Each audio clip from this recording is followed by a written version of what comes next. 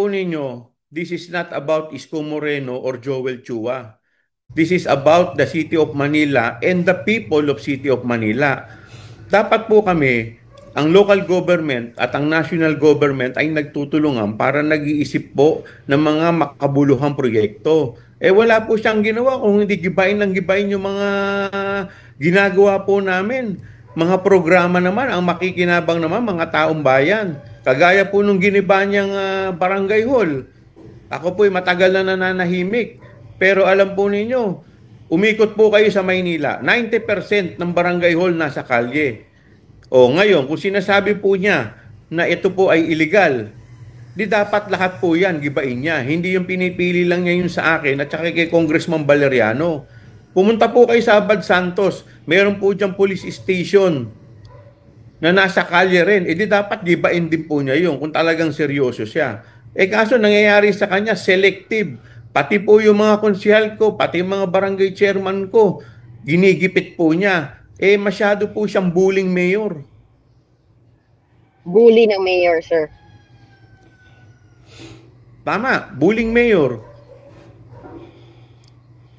Alam mo, proyektong to noong 2020 pa nagsimula.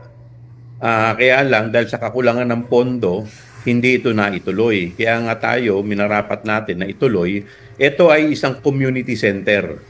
Ang laman po nito, dahil nakita natin yung problema dito sa kahabaan ng Rizal Avenue, yung marami mga homeless dyan na natutulog. Kaya dito sa community center na to, nung nakaraang administrasyon, tayo ay nakapag-ugnayan sa City Hall at nabuo po namin itong programang ito, itong proyektong ito, kung saan ang kasama po dito ay isang halfway house, kung saan yung mga homeless na natutulog sa kalye ay po pwede dong matulog sa gabi, may paliguan, may toilet sila, may kitchen soup. So bukod po dito, meron din itong dialysis center na unit.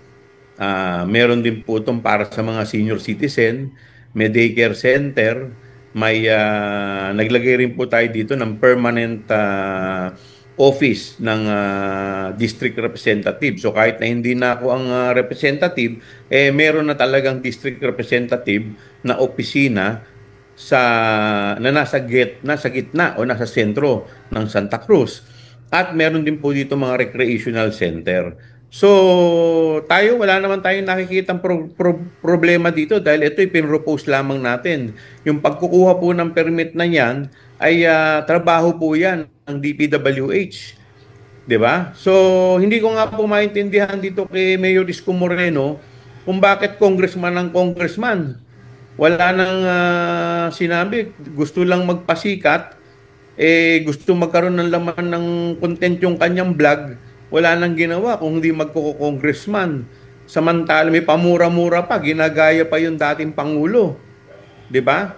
Samantalang tapos na ang eleksyon, tapos na po ang palabas. Dapat kami po ay nag-iisip ng mga programa na makakatulong sa aming mga kadistrito at sa lungsod ng Maynila. Ito po isang makabuluhang programa at ang makikinabang po nito ay ang aming distrito at ang lungsod. So dinedeprive po niya ang aming distrito ng isang proyekto na mapapakinabangan ng mamamayan.